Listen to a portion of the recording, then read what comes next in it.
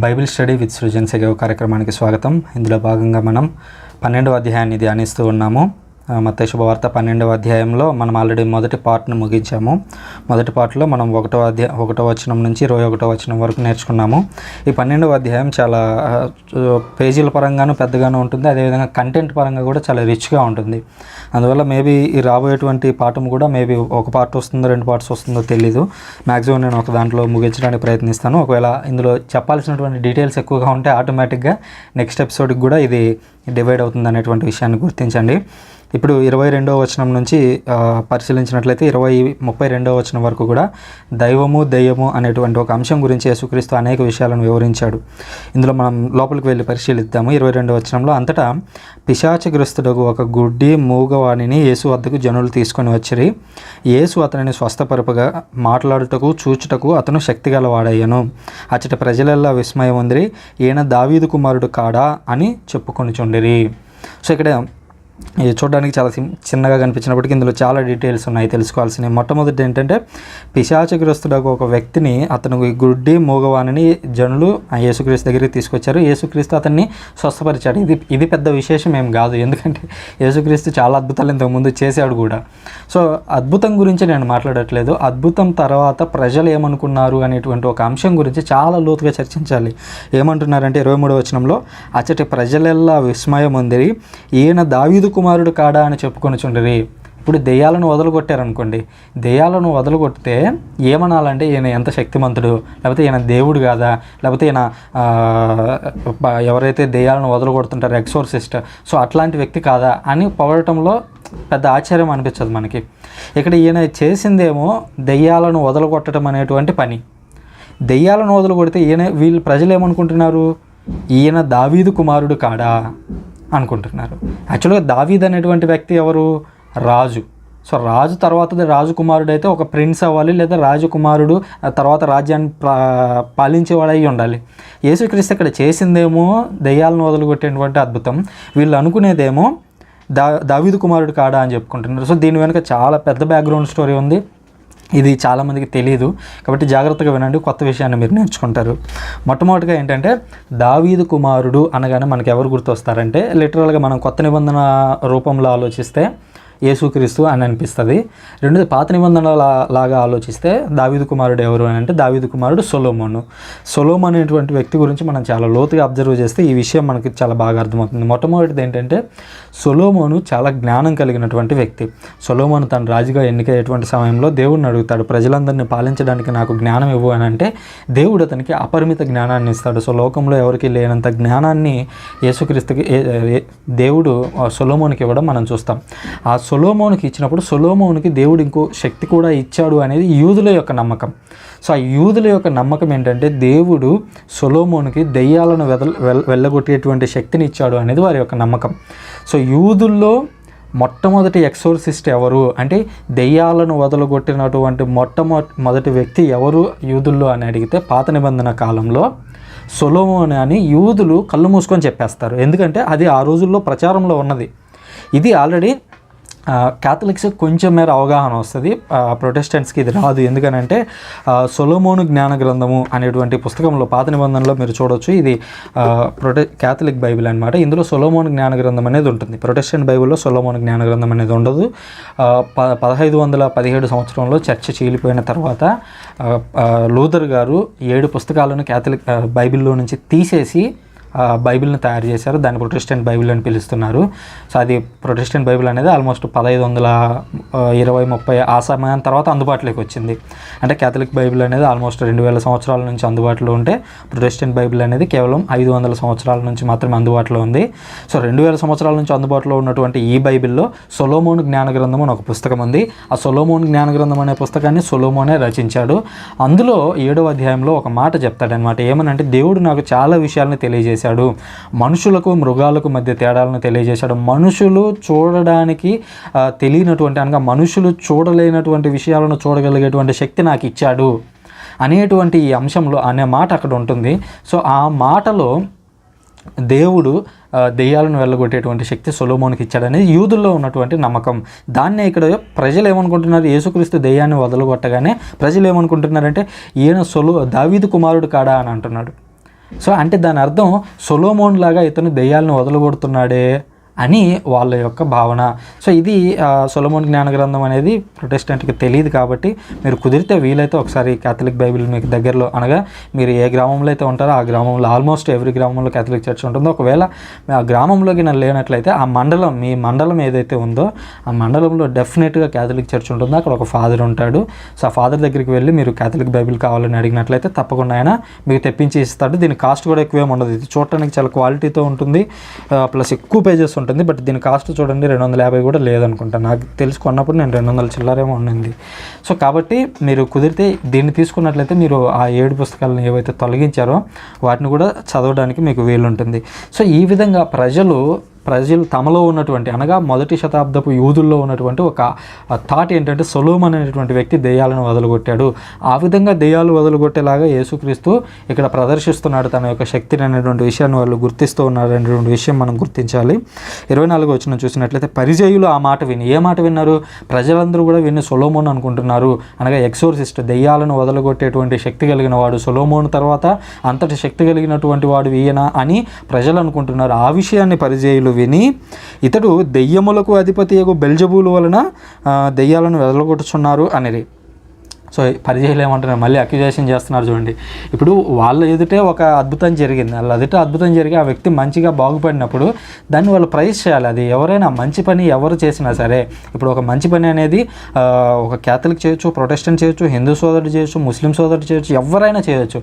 మంచి పని అనేది ఎవరైనా చేసినప్పుడు మతానికి, కులానికి, జాతికి, రంగుకి అన్నింటికీ అతీతంగా మనం అభినందించడం నేర్చుకోవాలి. బట్ అప్పుడు ఉన్నటువంటి పరిచయుల్లాగా మనం ఈరోజు కూడా ప్రవర్తిస్తూ ఉంటాం. అంటే పలాని పని పలాని వాడే చేయాలని కోరుకుంటూ ఉంటాం. మనం మంచి అనేది మదర్ తెరెసా మాత్రమే చేయాలి అనే భావనలో మనం ఉంటాం, కానీ అట్లా ఉండకూడదు. మంచి అనేవాడు రామకృష్ణ పరమహంస మంచి చేసినా మనం దాన్ని స్వీకరించాలి. అదేవిధంగా ఎవరో ఒక ముస్లిం వ్యక్తి ఉన్నాడు, ఎవరో ఫర్ ఎగ్జాంపుల్ జాఫర్ అనేటువంటి వ్యక్తి ఉన్నాడు, ఆ జాఫర్ అనేటువంటి వ్యక్తి మంచి పని చేసినా మనం దాన్ని స్వీకరించగలగాలి. సో ఇక్కడ యేసుక్రీస్తు మంచి చేస్తే దాన్ని స్వీకరించలేనటువంటి పరిచయాలు ఏమంటున్నారు? యేసుక్రీస్తును పోలుస్తున్నారు. ఏ విధంగా? ఆ రోజుల్లో కూడా ఈ అప్పట్లో ప్రజలు అన్యులు జీవించేవాళ్ళు వీళ్ళతో పాటు. అన్యుల్లో ఒక దేవుడు ఉండేవాడు, ఆ దేవుడి పేరు బెల్జబూల్. సో ఈ బెల్జబూల్ అనేటువంటి వ్యక్తి చూడటానికి ఎట్లా ఉంటాడంటే మీకు స్క్రీన్ మీద చూపిస్తాను, ఈగల దేవుడు అని పిలిచేవాళ్ళు ఆ రోజుల్లో. అంటే ఇతని యొక్క రూపం ఎలా ఉంటుందంటే ఈగ రూపంలో ఉంటుందన్నమాట. ఈ ఈగల దేవుడు తమను రక్షిస్తాడు అనేది ఆ ఇజ్రాయెల్ పరిసర ప్రాంతాల్లో ఉన్నటువంటి అన్యుల యొక్క భావన, అనగా వాళ్ళు ఆ దేవుడిని పూజించేవాళ్ళు. ఇప్పుడు యేసుక్రీస్తు గురించి వీళ్ళు ఏమంటున్నారంటే పరిచయలో, యేసుక్రీస్తు సొలొమోన్ లాగా దేవుడి నుంచి అధికారం పొంది ఈ అద్భుతం చేయట్లేదు, ఈ విధంగా దెయ్యాలను వదలగొట్టలేదు. ఆయన ఏ విధంగా అద్భుతం చేస్తున్నాడంటే, ఆల్రెడీ మన అన్య దేవుళ్ళు ఉన్నారు కదా, వాళ్ళలో బెల్జబూల్ అనేటువంటి ఒక దెయ్యం ఉంది, ఆ దెయ్యాల యొక్క శక్తితో యేసుక్రీస్తు అద్భుతం చేస్తున్నాడు అనేటువంటి మాటను వాళ్ళు పరిచయాలు ఇక్కడ వాడారు. తద్వారా ఇతన్ని సొలొమోన్తో ఈక్వల్గా చేయడానికి వాళ్ళు ట్రై చేయట్లేదన్నమాట. అక్కడ జరిగినటువంటి మంచిని మంచిగా స్వీకరించడానికి వాళ్ళు అంగీకరించట్లేదు, బదులుగా ఆ మంచిలో కూడా చెడుని ప్రోత్సహించడానికి, చెడు ప్రచారం చేయడానికి వీళ్ళు ప్రయత్నిస్తూ ఉన్నట్లుగా చూస్తున్నాం. అప్పుడు యేసుక్రీస్తు వాళ్ళకి సమాధానం ఇస్తున్నాడు. వారి తలంపులను గ్రహించినటువంటి యేసుక్రీస్తు కలహములతో విభక్తమైన ఏ రాజ్యమైనను నాశనమగును, ఏ పట్టణమైనను ఏ కుటుంబమైనను స్థిరంగా నిలవజాలదు. అట్లే సైతాను వెడలగొట్టినచో స్వధర్మ విరుద్ధముగా విభక్తమైనట్లే కదా, అట్లయినా వాని రాజ్యం ఎట్లు నిలుచును? యేసుక్రీస్తు ఈ విషయాన్ని ఉపయోగించుకొని వాళ్ళు ఏదైతే అక్యూజ్ చేశారో ఆ అక్యూజేషన్ చేసినటువంటి ఆ విషయాన్ని ఉపయోగించుకొని అనేక విషయాలకి ఆయన ఆన్సర్ చూపిస్తున్నాడు. మొట్టమొదటిగా ఏమంటున్నాడంటే ఒక రాజ్యం గురించి మాట్లాడుతూ ఉన్నాడు. ఒక రాజ్యం అనగానే మనకు పాత నిబంధనలో ఆ ఇజ్రాయెల్ అనేటువంటి రాజ్యం గుర్తు రావాలి. పాత నిబంధనలో యాక్చువల్గా దావీదు, సొలొమోను వీళ్ళిద్దరి కాలంలో యూదా అనేది ఐక్యంగా ఉండేది, అనగా ఇజ్రాయేలు యూదా అనేది ఐక్యంగా ఉండేది. మనం దీని గురించి గత అధ్యాయంలో కూడా ఆల్రెడీ చర్చించాము, అందులో మీకు స్క్రీన్ మీద చూపిస్తాను. ఇజ్రాయెల్ దేశం అనేది ఇంతకుముందు ఒకే భాగంగా ఉండేది. బట్ సొలొమోను తర్వాత, అనగా దావీదు, సొలొమోను ఇద్దరు కూడా ఐక్య ఇజ్రాయెల్ని పరిపాలించారు. సొలొమోను కుమారుడి కాలంలో ఇజ్రాయెల్ అనేది 2 భాగాలుగా విడిపోయింది. పైన ఇజ్రాయెల్ ఉంటుంది, కింద యోధా ఉంటుంది. పైన ఒక రాజు ఉండేవాడు, కింద ఇంకో రాజు ఉండేవాడు. సో ఈ విధంగా 2 ప్రాంతాలుగా విడిపోయి 2 రాజులతో కొనసాగిందనమాట. సో ఇక్కడ యేసుక్రీస్తు దాని గురించే ఇండైరెక్ట్గా చెప్తూ ఉన్నాడు. ఏమని? సో వారి తలంపులను గ్రహించి అంతఃకలకములతో విభక్తమైన ఏ రాజ్యమైనను నాశనమగుడు. ఇప్పుడు యాక్చువల్గా పాత నిబంధనలో జరిగిందేంటి? కలహముల కారణంగానే వారు విడిపోయారు.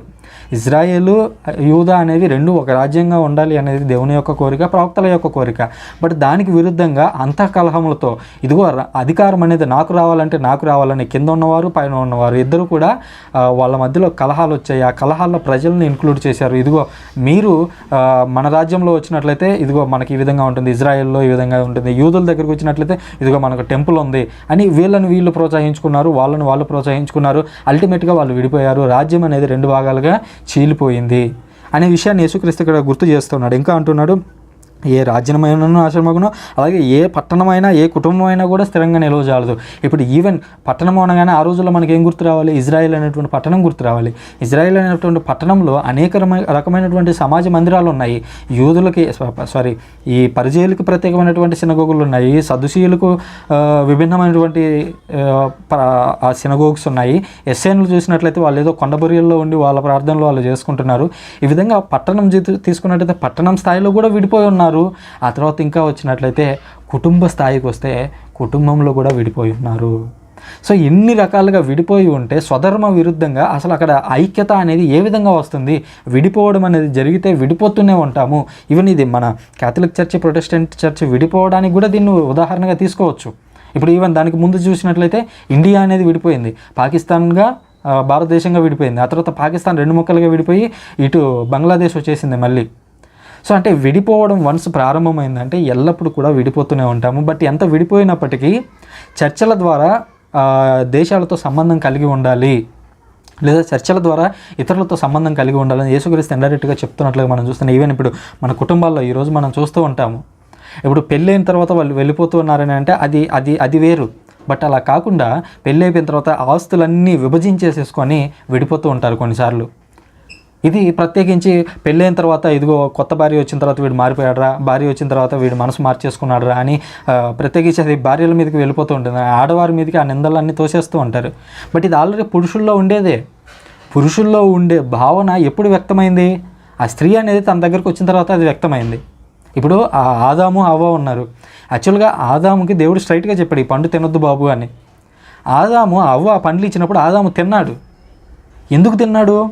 ఆదాముకు కూడా ఆ కోరిక ఉంది మనసులో, ఏమని ఆ పండ్లు తింటే ఎట్లా ఉంటుందో అని చూద్దామనే ఆలోచన అతనిలో ఉండింది. అందుకని భార్య ఇచ్చినప్పుడు తిన్నాడు. భార్య ఇచ్చినప్పుడు అతని ముందు రెండు దారులు ఉన్నాయి. ఒకటో దారి ఏంటి? ఇదిగో నువ్వు పండు తినొద్దు అని మొహాన్ని ఆమెకు చెప్పి ఆమె చేసిన తప్పుకి స్ట్రైట్గా దేవుని దగ్గరికి తీసుకొని ఇదిగో దేవుడు నువ్వు ఈ పని చేయొద్దు అన్నావు, బట్ ఆమె చేసింది. నా భార్య తెలియక తప్పు చేసింది, నువ్వు ఆమెను నాకు ఇచ్చావు, నేను ఆమెని కాపాడలేకపోయాను, నేను ఆమెను చూడలేకపోయాను, ఆ సమయంలో చూసింటే నేను వారించేవానని స్ట్రైట్గా దేవుని దగ్గరికి వెళ్ళి దేవునితో మాట్లాడి ఉండొచ్చు. బట్ ఆదాము అలా చేయలేదు. భార్య ఇచ్చింది కదా అని చెప్పి ఆయన తిన్నాడు. ఇన్ ద సెన్స్ ఆదాము కూడా తినాలని ఉంది కాబట్టి తిన్నాడు. తిన్న తర్వాత ఇద్దరు కలిసి దాక్కున్నారు. ఇప్పుడు ఈవెన్ భార్యాభర్తలు కూడా కొన్నిసార్లు విడిపోతుంటారు. ఇన్ ద సెన్స్ పెద్ద కుటుంబం నుంచి భార్యాభర్తలు అయిపోయిన తర్వాత మాకు ఆస్తి మాకు రాసి ఇచ్చేయండి అని విడిపోతుంటారు కుటుంబంలో. అంటే అప్పుడు ఆ తల్లి కానీ తండ్రి కానీ లేదా ఆ కుటుంబంలో ఇతర సభ్యులు ఏమంటారంటే ఇది మా అన్నయ్య తప్పేం లేదు, మా తమ్ముడు తప్పేం లేదు, ఆ కొత్తగా బయట నుంచి ఒక స్త్రీ వచ్చింది కదా, ఆ స్త్రీ వల్లే మా అన్న విడిపోయాడు అనేటువంటి భావనలో వాళ్ళ అది వదిన మీదనో లేదంటే వాళ్ళ ఏదైతే రిలేషన్ అవుతారో వాళ్ళ మీద కోప్పడుతూ ఉంటారు. బట్ కారణం అది కాదు. కారణం ఏంటి? ఆల్రెడీ విడిపోదామనే ఆలోచన అతనిలో ఉంది. ఎవరి ద్వారా విడిపోయారంటే అక్కడికి కొత్త అవ్వ వచ్చిన తర్వాత విడిపోయాడు. బట్ ఆ ఆలోచన ఆల్రెడీ అతనిలో ఆదంలో కూడా ఉంది. కాబట్టి మీరు గుర్తుంచుకోండి, మనం కలిసి ఉండాలి అనుకున్నప్పుడు, అంటే విడిపోవడాన్ని నేను తప్పు అనట్లేదు, రైట్ అనట్లేదు. ఎందుకనంటే అప్పుడు పరిస్థితులు, కుటుంబ పరిస్థితులు ఎట్లా ఉంటాయనేది మనం ప్రతిసారి చెప్పలేము. కాబట్టి విడిపోయినా సరే మనం కష్టసుఖాల్లో ఒకరికొకరు తోడుగా ఉండొచ్చు, అందులో తప్పేం లేదు. సో ఈవెన్ ఇప్పుడు బంగ్లాదేశ్, ఇండియా విడిపోయినాయి, అంత మాత్రాన కంప్లీట్గా అక్కడ ఉన్నటువంటి ప్రజలతో మనం అందరం శత్రుత్వంగా ఉన్నామా? లేదు కదా. సో అక్కడ ప్రభుత్వాలు ఇక్కడ ప్రభుత్వాలు కలిసి పనిచేస్తున్నాయి.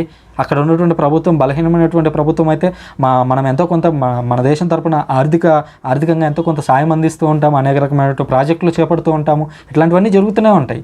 సో ఆ విధంగా కుటుంబం అనేది కూడా విడిపోయిన తర్వాత కూడా మీరు సాయం అందించుకోవచ్చు ఒకరికొకరు అనేటువంటి విషయాన్ని యేసుక్రీస్తు ఇక్కడ ఇండైరెక్ట్గా చెప్తున్నాడు అనేటువంటి విషయాన్ని గుర్తించాలి. అట్లయినా మన రాజ్యం ఎట్లు నిల్చును? ఈవెన్ ఇప్పుడు మీ కుటుంబంలో కూడా చిన్న చిన్న మనస్పర్ధలు ఉండొచ్చు. మనస్పర్ధలు అనేవి మనస్పర్ధల వరకే ఆగాలి, అంతే తప్ప అది విడిపోయే వరకు చేరకూడదు అనేటువంటి విషయాన్ని యేసుక్రీస్తు ఇక్కడ నేర్పిస్తున్నాడు. ఇంకా అంటూ ఉన్నాడు 27వ వచనంలో, నేను బెల్జెబూలు వలన దెయ్యములను వెళ్ళగొట్టినచో మీ కుమారులు ఎవరి సాయంతో వాడిని వెళ్ళగొట్టుచున్నారు? ఇక్కడ యేసుక్రీస్తు తిరిగి క్వశ్చన్ చేస్తున్నాడు. ఆల్రెడీ అప్పటికే ఉన్నటువంటి మీ కుమారులు అని అన్నాడంటే ఇక్కడ పరిచయల కుమారులు అని మాత్రమే కాదు, అప్పుడు ఉన్నటువంటి సొలొమోను కుమారులు, దావీదు కుమారులు, అంటే అప్పట్లో కూడా ఇంకా దెయ్యాలను వల్లగొట్టే వాళ్ళు ఉండేవాళ్ళు, వాళ్ళకు కూడా దావీదు కుమారులు అనేటువంటి పేరు ఉండేది. అనగా సొలొమోన్ లాగా వీళ్ళు కూడా అద్భుతాలు చేస్తారు, దెయ్యాలను వదలగొడతారు అనేటువంటి పేరు ఉండేది. సో వాళ్ళందరూ మరి ఎవరి పేరుతో దెయ్యాలను వదలగొడుతున్నారు? ఇప్పుడు నేను బెల్జబూల్తో వెళ్ళగొట్టాను, ఓకే, నన్ను ఆ పక్కన ఉన్నటువంటి ఒక దెయ్యంతో పోల్చారు, ఓకే, మరి మీ కుమారులు కూడా ఇట్లాంటి కార్యక్రమాలు చేస్తున్నారు కదా ఆల్రెడీ, వాళ్ళు ఎవరి పేరుతో లేదా ఎవరి శక్తితో వాళ్ళు వెళ్ళగొడుతున్నారు? మరి వాళ్ళు వెళ్ళగొట్టినప్పుడు వాళ్ళకి ఒక న్యాయము, నాకు ఒక న్యాయమా? ఇప్పుడు ఈవెన్ 10వ అధ్యాయంలో కూడా మనం చూస్తాం, యోహాను యేసుక్రీస్తు ఎగ్జాంపుల్. యోహానేమో ఉపవాసాలు ఉంటూ ప్రార్థనలు చేస్తూ మంచి గురించి చెప్తున్నాడు, యేసుక్రీస్తు ఏమో ఉపవాసాలు లేకుండా 3 పూట్ల తింటూ మంచి గురించి చెప్తున్నాడు. అప్పుడు యోహాను గురించి పరిచయాలు ఏమంటున్నారు? ఇదిగో ఇతనికి దెయ్యం పట్టింది అన్నారు, ఎందుకు? ఉపవాసాలు ఉంటున్నాడు కాబట్టి. యేసుక్రీస్తు ఫుల్గా తింటున్నాడు, అంటే ఆయనకు ఆపోజిట్గా ఈయన తిన్నాడు కాబట్టి ఏమంటున్నారు? ఈయన భోజన ప్రియుడు, ఈయన భోజనం తినడానికే పుట్టాడు. అంటే అల్టిమేట్గా మీరు అటు చేసినా ఇటు చేసినా మీరు తిట్టాలి అని అనుకున్నప్పుడు మీరు ఏం చేసినా తిడతారు. అదే మీ కుమారులు అయితే, అనగా మీ బోధనలను నమ్మేవారైతే, మిమ్మల్ని ఖండించని వారైతే వారు మిమ్మల్ని వాళ్ళని మాత్రం మీరు పొగుడుతారు. ఇప్పుడు ఈవెన్ మన చర్చెస్లో కూడా చూస్తూనే ఉంటాం. కొంతమంది వ్యక్తులు ఉంటారు, ప్రత్యేకించి కొన్ని ప్యారిషెస్ కావచ్చు, కొన్ని ఇతర చర్చెస్, ప్రొటెస్టెంట్ సంఘాల్లో అయితే వాళ్ళ సంఘాల్లో కొంత కోటరీని ఏర్పరచుకుంటారు. వాళ్ళు ఏం చేసినా సరే ఈ బోధకులు వాళ్ళు ఖండించరు.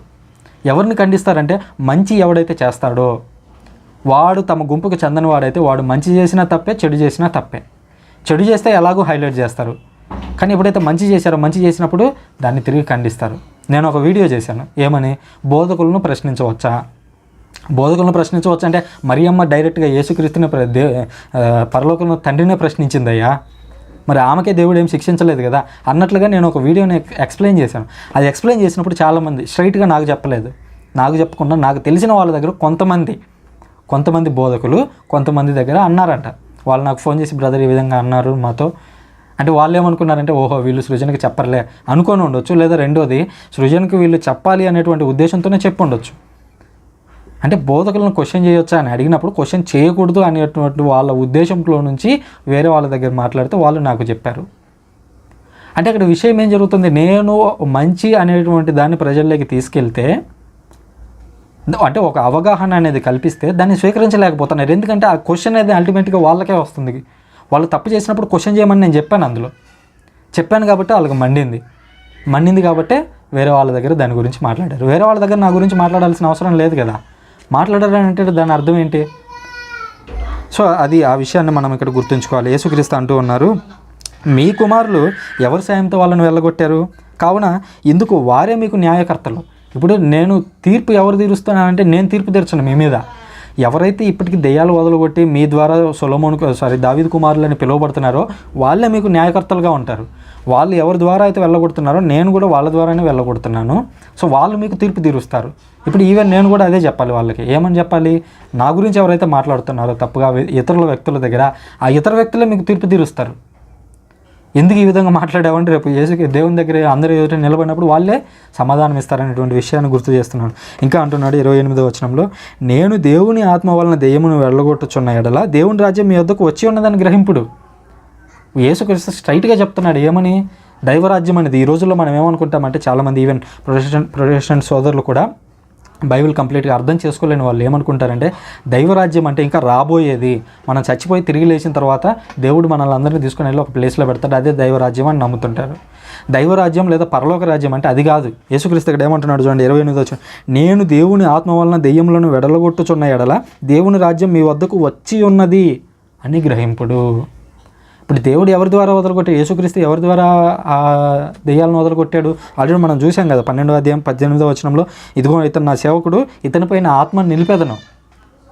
దేవుడు ఆల్రెడీ చెప్పాడు, దేవుని యొక్క ఆత్మ యేసుక్రీస్తు మీద ఉంది. మరి యేసుక్రీస్తు దెయ్యాలను వదలగొట్టింది ఎవరి ద్వారా? దేవుని యొక్క ఆత్మ ద్వారా వదలగొట్టాడు. దాన్నే ఇండైరెక్ట్గా చెప్తే ఏమంటున్నాడంటే దేవుని ఆత్మ ద్వారా నేను దెయ్యాలను వదలగొడితే ఏమని గ్రహించాలి మీరు?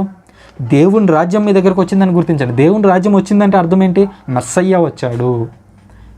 ఇండైరెక్ట్గా చెప్తున్నాడు, అరే మీరు గుర్తించలేకపోతున్నారు, నేను మెస్సయ్య అని గుర్తించలేక మీరు ఈ అక్యూజేషన్స్ అన్నీ చేస్తున్నారు. మీరు గుర్తించండి, దేవుని రాజ్యం అనేది వచ్చింది ఆల్రెడీ. ఏ విధంగా వచ్చింది? దేవుని యేసుక్రీస్తు ఆ పరలోక రాజ్యం సమీపించిందని చెప్పినటువంటి ఆ ప్రసంగం మొదటి ప్రారంభం వచనంతోనే పరలోక రాజ్యం అనేది ప్రారంభమైంది. సో ఈవెన్ ఇప్పుడు మనం ఎక్కడ ఉన్నామంటే పరలోక రాజ్యంలో ఉన్నాం ఆల్రెడీ. పరలోక రాజ్యం అనేది ఎలా ఉండాలి అనే విషయాన్ని కూడా నేను గత వీడియోలో చెప్పాను. మళ్ళీ చెప్తే అది రిపిటేటివ్ అయినట్టుగా ఉంటుంది. మీరు పాత వీడియోలు చూసినట్లయితే ఆ విషయం మీకు అర్థమవుతుంది. మనం మంచిగా ఉన్నప్పుడు మన చుట్టూ పరలోకం అనేది ఎస్టాబ్లిష్ అయి ఉంటుంది అనేటువంటి విషయాన్ని నేను చాలా చక్కగా వివరించాను.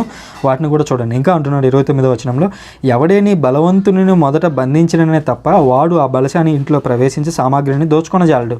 నిర్బంధించిన పిమ్మట కదా కొల్లగొట్టినది. ఇండైరెక్ట్గా అంటున్నాడు యేసుక్రీస్తు, దెయ్యాలను వదలగొడుతున్నాను నేను అని అంటేనే ముందుగా ఆ దెయ్యాలన్నింటినీ నేను నా అదుపులోకి తెచ్చుకోవాలి.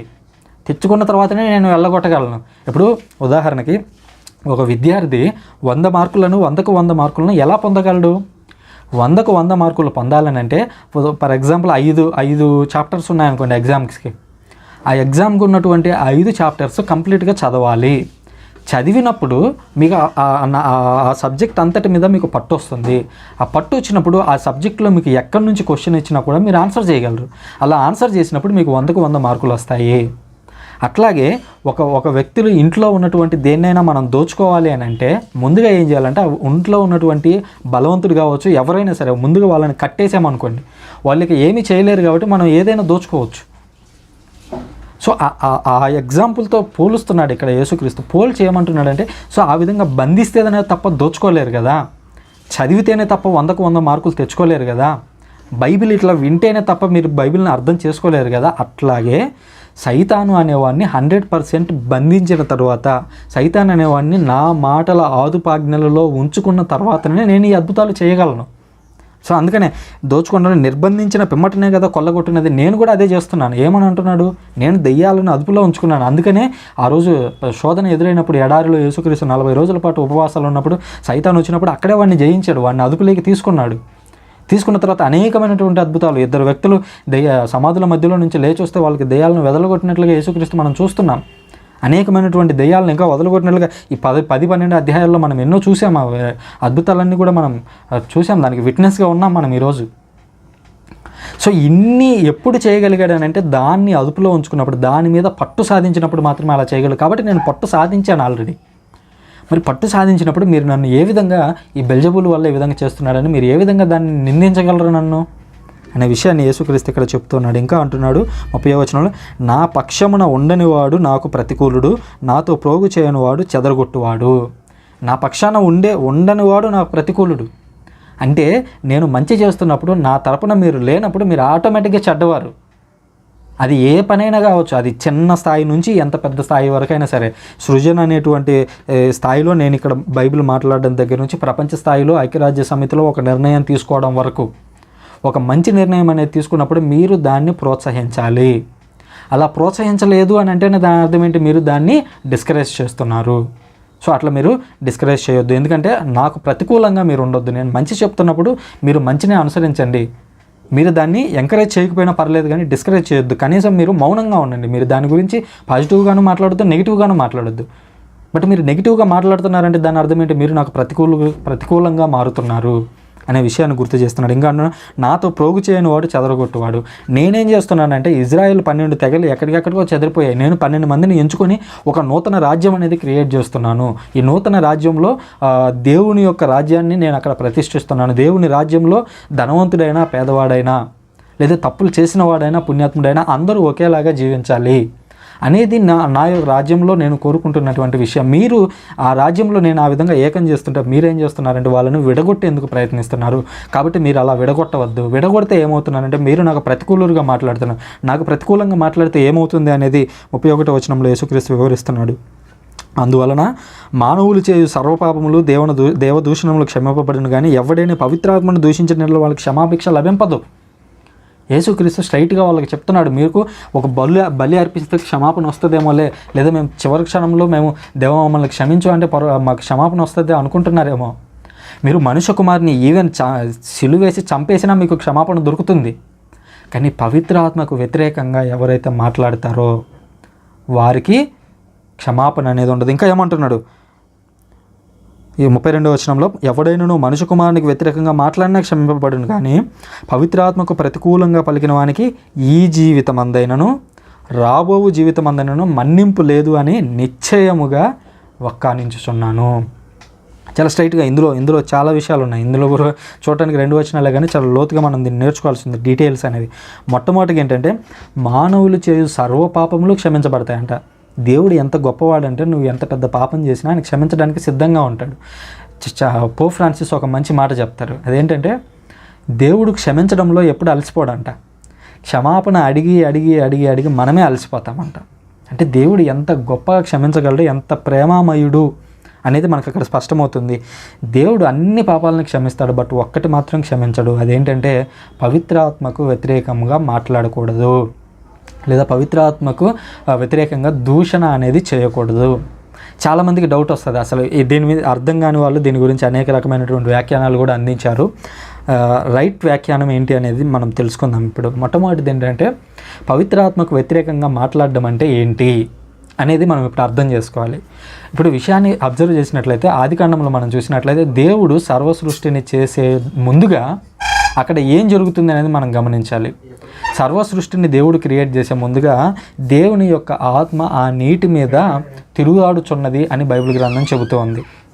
అంటే అక్కడ దేవుని ఆత్మ ఉండి క్రియేట్ చేస్తున్నాడు. ఉదాహరణకి దేవుడు వెలుగు కలుగును గాక అంటే, అక్కడ వెలుగును క్రియేట్ చేస్తున్న దేవుడు అంటే పవిత్రాత్మ దేవుడు. ఆ తర్వాత దేవుడు భూమి కలుగును గాక, భూమి మీద చెట్లు కలుగును గాక, మానవులను తయారు చేయడం, అదేవిధంగా సముద్రంలో చేపలు కలుగును గాక అంటే, వాటిని అన్నింటినీ అక్కడ ఎవరు క్రియేట్ చేస్తున్నారు అని అంటే, పవిత్రాత్మ దేవుడు అక్కడ క్రియేట్ చేస్తున్నట్లుగా మనం చూస్తూ ఉన్నాం. సో ఈ విధంగా దేవుని యొక్క క్రియలు, లేదా దేవుడు అందించేటువంటి రక్షణ, లేదా దేవుడు ఇచ్చేటువంటి పాపక్షమాపణ అనేది ఎట్లా మనలోకి వస్తుందంటే, అది పవిత్రాత్మ దేవుని ద్వారా మనలోకి వస్తుంది. యేసుక్రీస్తు కూడా ఆ విషయాన్ని స్పష్టం చేస్తాడు. తను చనిపోయేటువంటి ముందుగా శిష్యుల గురించి ప్రార్థనలు చేస్తూ శిష్యులతో అంటాడు, ఇదిగో తర్వాత నేను పవిత్రాత్మను పంపించబోతున్నాను, పవిత్రాత్మను పంపించే వరకు మీరు యెరూషలేములోనే ఉండండి అని అపోస్తలుల చర్యలు 1వ అధ్యాయంలో చెప్పడాన్ని కూడా మనం చూస్తాం. తద్వారా దేవుడు ఏదైనా అందించాలి మనకు అని అనుకున్నప్పుడు, ప్రస్తుత కాలంలో మనకు తోడు నీడగా ఉన్నటువంటి పవిత్రాత్మ దేవుని ద్వారా మనకు అందిస్తాడు. పవిత్రాత్మ దేవుని ద్వారా రక్షణ, లేదా పవిత్రాత్మ దేవుని ద్వారా క్షమాపణ అందించాలి అని అనుకున్నప్పుడు, మీరు పవిత్రాత్మ దేవునికి వ్యతిరేకంగా మీరు మాట్లాడుతూ ఉంటే దేవుడు మిమ్మల్ని క్షమించలేడు. ఎందుకంటే దేవుడు అందించేటువంటి క్షమాపణను మీకై మీరే పవిత్రాత్మను దూషించడం ద్వారా తిరస్కరిస్తున్నారు. అంటే దేవుడు క్షమించడానికి సిద్ధంగానే ఉన్నాడు ఎల్లప్పుడూ, బట్ క్షమాపణ ఎవరికి లేదు అని అంటే, ఆ క్షమాపణను ఎవరైతే యాక్సెప్ట్ చేయడానికి సిద్ధంగా లేరో వాళ్ళు క్షమాపణ ఎన్నటికీ పొందలేరు. అదేనే కాదు, ఇప్పుడు ఉదాహరణకి పవిత్రాత్మ దూషణ అంటే, మీరే పవిత్రాత్మ అందిస్తున్నటువంటి రక్షణను, ఆ పవిత్రాత్మ అందిస్తున్నటువంటి పాప క్షమాపణను స్వీకరించడం మాత్రమే కాదు. ఇప్పుడు ఉదాహరణకి యేసుక్రీస్తు అనేటువంటి వ్యక్తి ఆత్మతో నింపబడినటువంటి వ్యక్తి, దేవుని యొక్క ఆత్మ కలిగినటువంటి వ్యక్తి, ఆయన స్వయాన దేవుడు. ఇప్పుడు ఇక్కడ వీళ్ళు పరిచయాలు ఏమంటున్నారు, ఇదిగో నువ్వు బెల్జబూల్ వల్ల నువ్వు దెయ్యాన్ని వదలగొట్టావు అంటున్నారు. అంటే ఇండైరెక్ట్గా నన్ను దెయ్యం అని పిలుస్తున్నారు, నాలో ఉన్నటువంటి పవిత్ర ఆత్మను మీరు దుష్టాత్మ అని పిలుస్తున్నారు. మరియ తల్లి ఉన్నారు, మరియ తల్లికి దేవుడు ఎంత గొప్పగా ఆత్మశక్తి అనుగ్రహించాడు. మరియ తల్లి ఎలిజబెత్ అమ్మ ఇంట్లో ప్రవేశించగానే ఆమెలో ఉన్నటువంటి పవిత్రాత్మ ప్రభావం వలన ఎలిజబెత్ అమ్మ గర్భంలో ఉన్నటువంటి యోహాను స్పందించినట్లుగా మనం చూస్తున్నాం. అంత గొప్పగా పవిత్రాత్మ దేవుడు ఆమెలో ఉన్నాడు. మీరు ఆమెను వ్యతిరేకించడం ద్వారా, మీరు ఆమెను తగ్గించి చూపించడం ద్వారా, ఆమెను దూషించడం ద్వారా పవిత్రాత్మ దేవుణ్ణి కించపరుస్తున్నారు. ఆమెనే కాదు, పునీత జోసెఫ్ గారు ఆత్మతో నింపబడినటువంటి వ్యక్తి, పునీత యోహాను గారు ఆత్మతో నింపబడినటువంటి వ్యక్తి, పాత నిబంధనలో ఉన్నటువంటి ప్రవక్తలు అందరూ ఆత్మతో నింపబడినటువంటి వ్యక్తులు. ఎవరైతే దేవుడు చెప్పినటువంటి ఆజ్ఞలకు, ప్రవక్తలకు వ్యతిరేకంగా మాట్లాడతారో, యేసుక్రీస్తుకు, జోసెఫ్కు, మరియ తల్లికి, ఈ విధంగా ఆత్మతో నింపబడినటువంటి వ్యక్తి ఎవరైనా కావచ్చు. ఈరోజు సృజన అనేటువంటి వ్యక్తి నేను కావచ్చు, చూస్తున్నటువంటి నువ్వు కావచ్చు. నీలో ఆత్మ అనేది ఉన్నప్పుడు, దేవుని యొక్క ఆత్మ అనేది మనలో ఉన్నప్పుడు, మనకు వ్యతిరేకంగా ఎవరైనా మాట్లాడారంటే అది పవిత్రాత్మ దేవునికి వ్యతిరేకంగా చేస్తున్నటువంటి నేరం అని మనం గుర్తించాలి. తద్వారా ఎవరైతే ఈ విధమైనటువంటి దూషణలకు పాల్పడతారో, పవిత్రాత్మకు వ్యతిరేకంగా దూషణలకు పాల్పడతారో వారికి క్షమాపణ అనేది ఉండదు. ఎందుకంటే పవిత్రాత్మ దేవుడే ఆ క్షమాపణ అనుగ్రహిస్తుంటే ఆ పవిత్రాత్మ దేవుడినే మీరు దుష్టాత్మ అని పిలుస్తున్నారు. అంటే దేవుడి నుంచి క్షమాపణ పొందడానికి మీరు సిద్ధంగా లేరు. తద్వారా మీకై మీరే ఆ క్షమాపణను తిరస్కరిస్తున్నారు. అలా తిరస్కరించే వారికి ఏమైందంట 32వ వచనంలో, ఎవడైనా మనుష్య కుమారునికి వ్యతిరేకంగా మాట్లాడినా క్షమింపబడును, కానీ పవిత్రాత్మకు ప్రతికూలంగా పలికిన వానికి ఈ జీవితం అందైనను రాబో జీవితం అయిందని 2 విషయాలను వివరించాడు యేసుక్రీస్తు. దానికంటే ముందే మనకి మనుష్య కుమారునికి వ్యతిరేకంగా మాట్లాడినా కూడా, ఈవెన్ మనుష్య కుమారుని చంపినా కూడా, ఎందుకంటే ఆల్రెడీ యేసుక్రీస్తుకి శిలువ వేసి చంపేశారు, వాళ్ళను కూడా క్షమించమని యేసుక్రీస్తు శిలువ మీద నుంచి ప్రార్థించాడు. అంత గొప్ప నేరానికి పాల్పడినా కూడా మీకు క్షమాపణ ఉంటుందేమో, కానీ పవిత్రాత్మకు వ్యతిరేకంగా మాట్లాడిన వారికి ఈ యుగమందైనను రాబో యుగమందైనను. దీన్నే కథోలిక శ్రీసభ దీని నుంచే ఉత్తరించు స్థలం అనే దాన్ని డెరైవ్ చేసినట్లుగా మనం చూస్తున్నాం. ఉత్తరించు స్థలం అనేది ఏంటంటే, సృజన అనేవాడు, ఇది చూడండి, నేను హత్యలు చేయలేదు, మానభంగాలు చేయలేదు, లేదా ఇంకేదో పెద్ద పెద్ద చంపేసేంత నేరాలు చేయలేదు, బట్ నేను చిన్న చిన్న పాపాలు చేస్తాను కూడా. ఇప్పుడు ఉదాహరణకి అబద్ధాలు ఆడటం అయితేనేమి, కొన్ని విషయాలు ఉంటాయి, అవి అట్లాంటివి చేసి ఉండొచ్చు, నేను కూడా చేస్తాను. సో అట్లాంటి చిన్న చిన్న స్వల్ప పాపాలు అని పిలుస్తాం. ఈ స్వల్ప పాపాలు అనేవి ఇప్పుడు హత్య చేసిన వాడితో సమానం. అంటే ఇప్పుడు సృజన అనేటువంటి నేను ఒక చిన్న అబద్ధం ఆడాను, లేదా బద్ధకంతో నేను చేయాల్సినటువంటి పని చేయలేదు, అది పాపమే.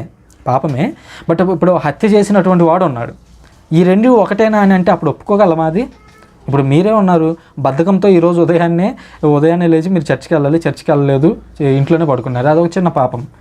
హత్య చేసిన వాడు ఇంకొకడు ఉన్నాడు, పాపాత్ముడు, మీరు వాడు ఒకటేనా అంటే మీరు ఒప్పుకుంటారా? అరే నేను చర్చికి వెళ్ళలేదు బాబు, నేను కావాలంటే వచ్చే ఆదివారం వెళ్తాను. కానీ హత్య చేసిన వాడు ఒకరిని చంపేశాడు, ఒక ప్రాణం తీశాడు. సో ఇట్లా స్వల్ప పాపాలు, చావైన పాపాలు అనేవి 2గా ఉంటాయని క్యాథలిక్ చర్చ్ దీన్ని డివైడ్ చేసింది. ఇందులో ఈ స్వల్ప పాపాలు చేసిన వాళ్ళు ఎవరైతే ఉన్నారో వీరందరూ కూడా పరలోకానికి వెళ్ళడానికి అర్హులే. కానీ ఆ స్వల్ప పాపాలు అనేవి వాళ్ళ వెనుక ఉన్నాయి కాబట్టి ఆ స్వల్ప పాపాలకి చిన్న శిక్షను అనుభవించి ఆ తర్వాత పరలోకంలోకి ప్రవేశిస్తారు అనేది కథోలిక శ్రీసభ యొక్క విశ్వాసం. ఆ శిక్షను పొందేటువంటి స్థలాన్ని, ఇప్పుడు ఈవెన్ దొంగ ఉన్నాడు, దొంగ యేసుక్రీస్తుతో నువ్వు పరలోక రాజ్యంలో ప్రవేశించినప్పుడు నన్ను గుర్తుపెట్టుకో ప్రభు అన్నాడు. అప్పుడు ఓకే అన్నాడు యేసుక్రీస్తు. ఓకే అన్నప్పుడు నేడు నీవు నాతో కూడా పరదేశంలో ఉంటావు అని అన్నాడు. పరదేశ్ అనేటువంటి పదం ఏంటి? స్ట్రైట్గా నువ్వు నాతో పాటు పరలోకంలో ఉంటావు అనొచ్చు కదా, హెవెన్ అనొచ్చు కదా. ప్యారడైజ్ అనేటువంటి సెకండరీ టర్మ్ని ఎందుకు ఉపయోగించాడు? పరలోకం కింది స్థాయిలో ఎందుకని ఆ పదాన్ని ఉపయోగించాడని అంటే దాన్ని ఉత్తరించు స్థలం అని కథోలికులు విశ్వసిస్తారు. అక్కడ ఏంటంటే మనం కొన్ని పాపాలు చేసి ఉండొచ్చు, ఆ పాపాలకి శిక్షను పొంది ఆ తర్వాత పరిశుద్ధంగా మారి మనం పరలోకంలోకి ప్రవేశిస్తాము. సో ఆ ప్రవేశించడానికి ఆ ఉపయోగించేటువంటి స్థలాన్ని లేదా ఆ ప్రాంతాన్ని ఉత్తరించు స్థలం అని కథోలిక శ్రీసభ డిరైవ్ చేసింది. దాన్నే ఇక్కడ ఈ జీవితం అందైనను, అంటే ఇప్పుడు నువ్వు బ్రతికి ఉన్నప్పుడు నువ్వు దేవుని యొక్క పవిత్రాత్మ అందిస్తున్నటువంటి క్షమాపణను నువ్వు స్వీకరించలేకపోతే, అంగీకరించకపోతే నీకు ఇక్కడ క్షమాపణ ఉండదు. అలాగే రాబోయేటువంటి యుగంలోనూ, అనగా ఆ యొక్క ఉత్తరించు స్థలంలో కూడా నీకు ఆ క్షమాపణ అనేది లభించదు. కాబట్టి నువ్వు పవిత్రాత్మకు వ్యతిరేకంగా మాట్లాడకూడదు అనేటువంటి విషయాన్ని యేసుక్రీస్తు ఇక్కడ మాట్లాడుతున్నాడు. ఈ ఉత్తరించు స్థలం అనేటువంటి దాని మీద నేను ఆల్రెడీ ఒక పూర్తి స్థాయి వీడియో చేశాను. అది చూసినట్లయితే మీకు ఇంకా అందులో బైబిల్ నుంచి చాలా ఎగ్జాంపుల్స్ తీసుకున్నాను. పునీత పేతురు గారి మాటల్లో అదే విధంగా ఉంది, యేసుక్రీస్తు చెప్పినటువంటి ఇంకా ఇతర ఎగ్జాంపుల్స్లో ఎక్కడెక్కడ దీని గురించి మాట్లాడేటటువంటి వివరాల గురించి నేను ఆల్రెడీ ఒక ఫుల్ ప్లెడ్జ్డ్ వీడియో చేశాను. ఆ వీడియో లింక్ పైన నేను కార్డులో ఇస్తాను, మీరు దాన్ని కూడా ఒకసారి పరిశీలించినట్లయితే మరింత లోతైన విషయాలను నేర్చుకుంటారు. సో ఈ విధంగా నిశ్చయముగా ఒక్కనించుచున్నాను అని చెబుతూ వారు పరలోకానికి ప్రవేశించలేరు అని చెప్తున్నాడు. కాబట్టి మనం ఎల్లప్పుడూ కూడా పవిత్రాత్మ దేవుడిని దూషించడానికి సాహసించకూడదు అనేటువంటి విషయాన్ని మనం ఇక్కడ గుర్తుంచుకోవాలి. ఇది దైవం అనేటువంటి అంశంలో యేసుక్రీస్తు నేర్పించినటువంటి అంశాలు. ఇక 12వ అధ్యాయంలోనే 33వ వచనం నుంచి 37వ వచనం పరిశీలించినట్లయితే వృక్షము ఫలము అనేటువంటి ఒక అంశంలో యేసుక్రీస్తు మరికొన్ని విషయాలు నేర్పిస్తూ ఉన్నాడు.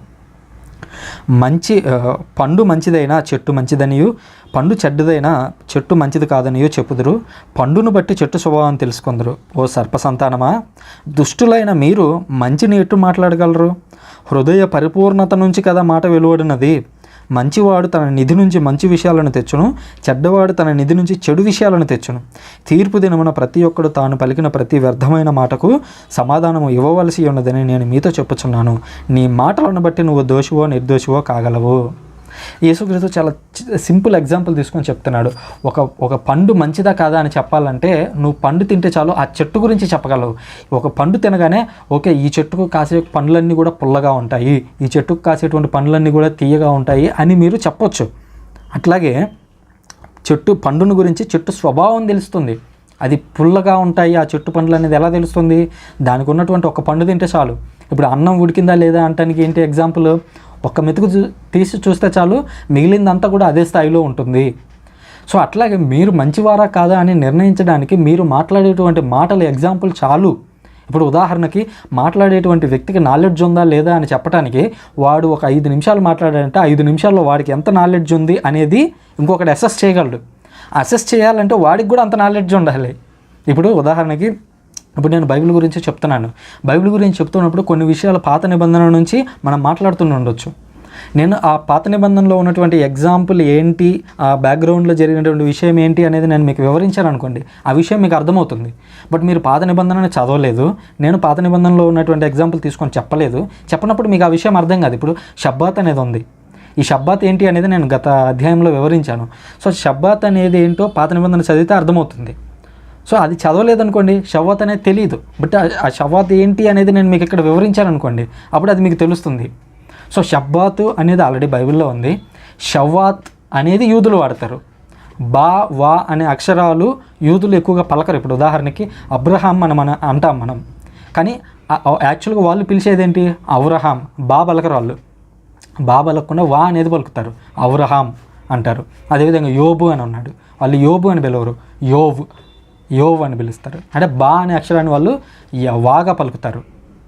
సో ఈ విషయం నాకు తెలియాలంటే నేనేం చేసి ఉండాలి?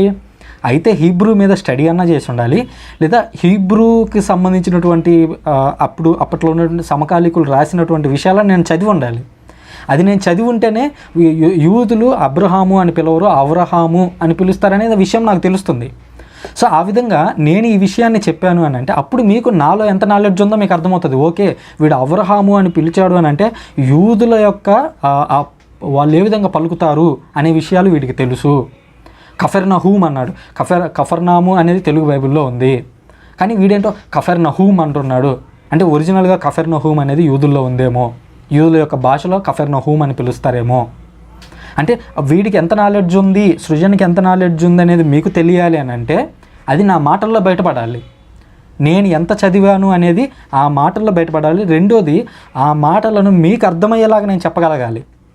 ఇప్పుడు నాకు పొరపాటున హీబ్రూ వచ్చు అనుకోండి, నేను హీబ్రూలో మీకు మాట్లాడాడు అనుకోండి, మీకు అర్థమవుద్ది? అది అర్థమవుదు. నాకు ఎంత తెలుసు అనేది విషయం కాదు, దాన్ని నేను ఎలా ఎక్స్ప్రెస్ చేస్తున్నాను అనేది కూడా విషయం. సో అలాగే ఒక పండు ఎలాంటిది, ఒకటి దగ్గర ఎంత నాలెడ్జ్ ఉంది, ఆ పండు గుణం ఏంటి, అతని యొక్క క్రియలు అనేవి ఎలా ఉంటాయి అనేది తెలియాలి అని అంటే అతని యొక్క ఒక కార్యం చూస్తే చాలు, అతని యొక్క క్రియ చూస్తే చాలు, ఒక బియ్యం గింజ చూస్తే చాలు, ఒక పండు తింటే చాలు, దాన్ని చెప్పేయచ్చు. ఇంకా అంటున్నాడు 34, ఓ సర్ప సంతానమా. చాలా చాలా ఈ మాటను చూడండి, అబ్జర్వ్ చేయండి, ఎంత కోపంతో యేసుక్రీస్తు అంటున్నాడు సర్ప సంతానం. సర్పం అంటే ఎవరు? పాత నిబంధనలో మనకు మొదటి 3-4 అధ్యాయాల్లో మనం చూస్తాం. సర్పం వచ్చి అవ్వ దగ్గర మోసం చేయడం చూస్తున్నాం. వాళ్ళతో పోలుస్తున్నాడు. సర్ప సంతానమా, డిసీవ్ చేయడం అనమాట. అవ్వ దగ్గర విషయం ఏంటంటే దేవుడు స్ట్రైట్గా చెప్పాడు, ఇదిగో నువ్వు ఆ పండు తినొద్దు అని మొహాన్నే చెప్పాడు. చెప్పిన తర్వాత సైతానుడు వచ్చేయమంటున్నాడు, ఈ పండుని తినొద్దని చెప్పానట, నిజమేనా? అరే తినొద్దు అన్నాడు స్ట్రైట్గానే. బట్ ఈ సైతాన్ వచ్చి ఏం చేస్తాడు? దాన్ని డిసీవ్ చేయడానికి ట్రై చేస్తున్నాడు. విషయం అనేది, వాస్తవం అనేది ఎప్పుడు కూడా అక్కడ ఎగ్జిస్ట్ అయ్యే ఉంది. బట్ ఎగ్జిస్ట్ అయిన దాన్ని వీళ్ళు హైడ్ చేస్తున్నారు. హైడ్ చేసి ఒక కన్ఫ్యూజన్ అక్కడ క్రియేట్ చేస్తున్నారు. ఈవెన్ మీరు కూడా సర్పసంతానమా అని పిలవడం ద్వారా మీరు కూడా ఆ పనే చేస్తున్నారు. ఆ రోజు సైతాను ఆ తోటలో ఏదైతే తప్పు చేశాడో అదే తప్పుని ఇక్కడ మీరు చేస్తున్నారని యేసుక్రీస్తు ఇండైరెక్ట్గా వాళ్ళని తిడుతున్నాడు. ఇక్కడ బ్రాన్హామ్ అనేటువంటి కొంతమంది బోధకులు, బ్రాన్హామ్ అనేటువంటి ఒక ప్రవక్త ఉన్నాడు అని చెప్పి కొంతమంది నమ్ముతుంటారు. ఇది క్రైస్తవుల్లో ఒక శాఖ అనమాట. ఈ బ్రాన్హామ్ అనేటువంటి వ్యక్తిని నమ్మే వాళ్ళు 2 రకాలుగా ఉన్నారు. బ్రాన్హాము ఒక ప్రవక్త, ఆ ప్రవక్త చెప్పిన విషయాలను నమ్మాలి అని చెప్పేవాళ్ళు ఒక గుంపు. ఇంకో గుంపు ఏంటంటే బ్రాన్హామే క్రీస్తే మళ్ళీ బ్రాన్హామ్గా పుట్టాడు అని చెప్పి ఇంకొంతమంది నమ్ముతూ ఉంటారు. సో ఇక్కడ వాళ్ళు ఏం నమ్ముతారంటే ఈ సర్పసంతానమా అంటే అవ్వ ఆదాము శారీరకంగా కలిస్తే కయీను ఏబేలు పుట్టలేదు, వాళ్ళు ఎలా పుట్టారు అని అంటే అవ్వ సర్పంతో శారీరకంగా కలవడం వల్ల పుట్టిందని చెప్తారు. ఇంకా వాళ్ళ గురించి అంత తక్కువ మాట్లాడుకుంటే అంత మంచిది. అంటే నాలెడ్జ్ అనేది లేకపోతే సర్పసంతానం అని ఎందుకు అన్నాడంటే, ఆ రోజు సైతాన్ ఏ విధంగా అయితే డిసీవ్ చేశాడో పరిచయలేనటువంటి మీరు కూడా అదే విధంగా డిసీవ్ చేస్తున్నారు, వాస్తవాన్ని హైడ్ చేసి అబద్ధాన్ని ప్రచారం చేస్తున్నారు అనేటువంటి ఉద్దేశంలో యేసుక్రీస్తు ఇక్కడ పిలిస్తే సర్పసంతానం అన్నాడని లిటరల్గా సర్పానికి పుట్టినటువంటి సంతానం అని వాళ్ళు ఫీల్ అవుతుంటారు. ఇది ఎట్లా అంటే కుక్క కాటుకి చెప్పిదబ్బా అంటే కుక్క కాటే కానీ చెప్పుతో కొట్టండిరా అన్నట్టు ఉందన్నమాట. సో అట్లా లిటరల్గా అర్థం చేసుకునే వాళ్ళు ఉండటం వల్ల బైబిల్ అనేది ఎన్ని రకాల తప్పుడు వ్యాఖ్యానాలు వస్తున్నాయి అనేది మనం ఇక్కడ అర్థం చేసుకోవాలి. ఆ బ్రాన్హామ్ అనేటువంటి ఆ బోధ జోలికి మీరు వెళ్తే ఆ బాధలో మీరు పడద్దు, దాంట్లో మీరు ఇరుక్కొని పోవద్దు అనే విషయాన్ని మీకు ఒకసారి గుర్తు చేస్తున్నారు. సర్పసంతానమా, దుష్టులైన మీరు మంచిని ఎట్లు మాట్లాడగలరు? హృదయ పరిపూర్ణత నుంచి కదా మాట వెలువన్నది. మీ మాటలు ఎక్కడి నుంచి వస్తాయంటే మీ హృదయ పరిపూర్ణత నుంచి వస్తాయి. హృదయ పరిపూర్ణతలో మీకు ఆల్రెడీ మంచి గుణాలు ఉన్నట్లయితే అందులోంచి మంచి విషయాలు వస్తాయి. మీ దగ్గర మంచి జ్ఞానం ఉన్నట్లయితే మంచి జ్ఞానానికి సంబంధించిన మాటలు వస్తాయి. మీ దగ్గర ఎక్స్పీరియన్స్ ఉన్నట్లయితే ఎక్స్పీరియన్స్కి సంబంధించిన మాటలు వస్తాయి. మీరు ఆల్రెడీ దుష్ట సంతానము, సర్ప సంతానము, మీరు ఆల్రెడీ లిటరల్గా చెడిపోయి ఉన్నారు. మీరు పైకి మంచిగా కనిపించవచ్చేమో, బట్ మీ ఆలోచనలన్నీ కూడా చెడు తలంపులతో కూడుకుని ఉన్నాయి. నేను విశ్రాంతి దినాన ఒక వ్యక్తికి మంచి చేస్తే మీరు మంచిని స్వీకరించడానికి సిద్ధంగా లేక నేను బెల్జబూల్ సాయంతో సహాయం చేశాను అన్నారు. నా శిష్యులు ఆకలయ్యి ఏదో దారిలో వెన్నులు కనిపిస్తే అవి తుంచుకొని తింటే, ఆ కంకులు తింటే మీరు అక్కడ తప్పును వెతకడానికి ప్రయత్నించారు, కానీ నా శిష్యుల యొక్క ఆకలిని మీరు గమనించలేదు. అంటే మీలో ఆల్రెడీ చెడు గుణం అనేది ఉంది, తీర్పు తీర్చడం అనేటువంటి గుణం ఉంది. ఆ గుణాలనే మీరు వ్యక్తపరుస్తూ ఉన్నారు. మంచివాడు తన నిధి నుంచి మంచి విషయాలను తెచ్చును, చెడ్డవాడు తన నిధిలో నుంచి చెడు విషయాలను బయటికి తీసుకొని వస్తాడు. మీలో ఏదైతే ఉన్నాయో వాటిని బయటికి తీసుకొని రాగలడు. ఒక దొంగ అనేవాడు ఉన్నాడంటే వాడు దొంగతనం చేసిన వస్తువులనే బయటికి తీసుకొని వచ్చి వాడు అమ్ముకొని బతకగలడు. అట్లాగే మంచి వ్యక్తి అనేవాడు మంచిగా సంపాదించుకొని సక్రమైన సమయంలో సక్రమమైన ట్యాక్సులు కట్టినవాడు మంచిగానే జీవించగలడు. వాడు తెచ్చేవాడిని కూడా మంచివే. బట్ దొంగ ఏం చేస్తాడంటే వాడు దొంగతనం చేసిన వాటిని తీసుకొని వచ్చి అమ్ముతాడు. సో అట్లాగే మీరు కూడా ఏం చేస్తున్నారంటే దేవుడి నుంచి వచ్చినటువంటి విషయాలను కాకుండా మీరు క్రియేట్ చేసుకున్నటువంటి విషయాల గురించి మీరు బోధిస్తున్నారు అనే విషయాన్ని యేసుక్రీస్తు వారికి గుర్తు చేస్తున్నాడు. ఇంకా అంటున్న 36వ వచనంలో, తీర్పు దినమున ప్రతి ఒక్కడు తాను పలికిన ప్రతి వ్యర్థమైన మాటకు సమాధానం ఇవ్వవలసింది ఉందని మీతో చెప్పుచున్నాను. మీరు అంటున్నారు నా మీద ఎన్నో అక్యూజేషన్స్ చేస్తున్నారు. నా మీదే కాదు, మంచి ఎవరు చేసినా కూడా వాళ్లకు ఆ మంచితనము లేదా ఆ గొప్పతనం అనేది రానివ్వకుండా మీరు అనేక రకాలుగా వాళ్ళని చెడగొట్టడానికి ప్రయత్నిస్తున్నారు. మంచి వ్యక్తులకి చెడు అభిప్రాయాలను వాళ్ళ మీద కలుగజేసి ప్రచారాలు చేసి కొంతమందిని చెడగొట్టినట్లుగా మీరు తయారు చేస్తున్నారు. సో మీరు అట్లాంటి గుణాల్లో ఉన్నట్లయితే మీకు చెప్తున్నాను ఏమని, ఇదిగో మీరు పలికినటువంటి ప్రతి వ్యర్థమైనటువంటి మాటకు మీరు సమాధానం చెప్పుకోవాల్సి ఉంటుంది.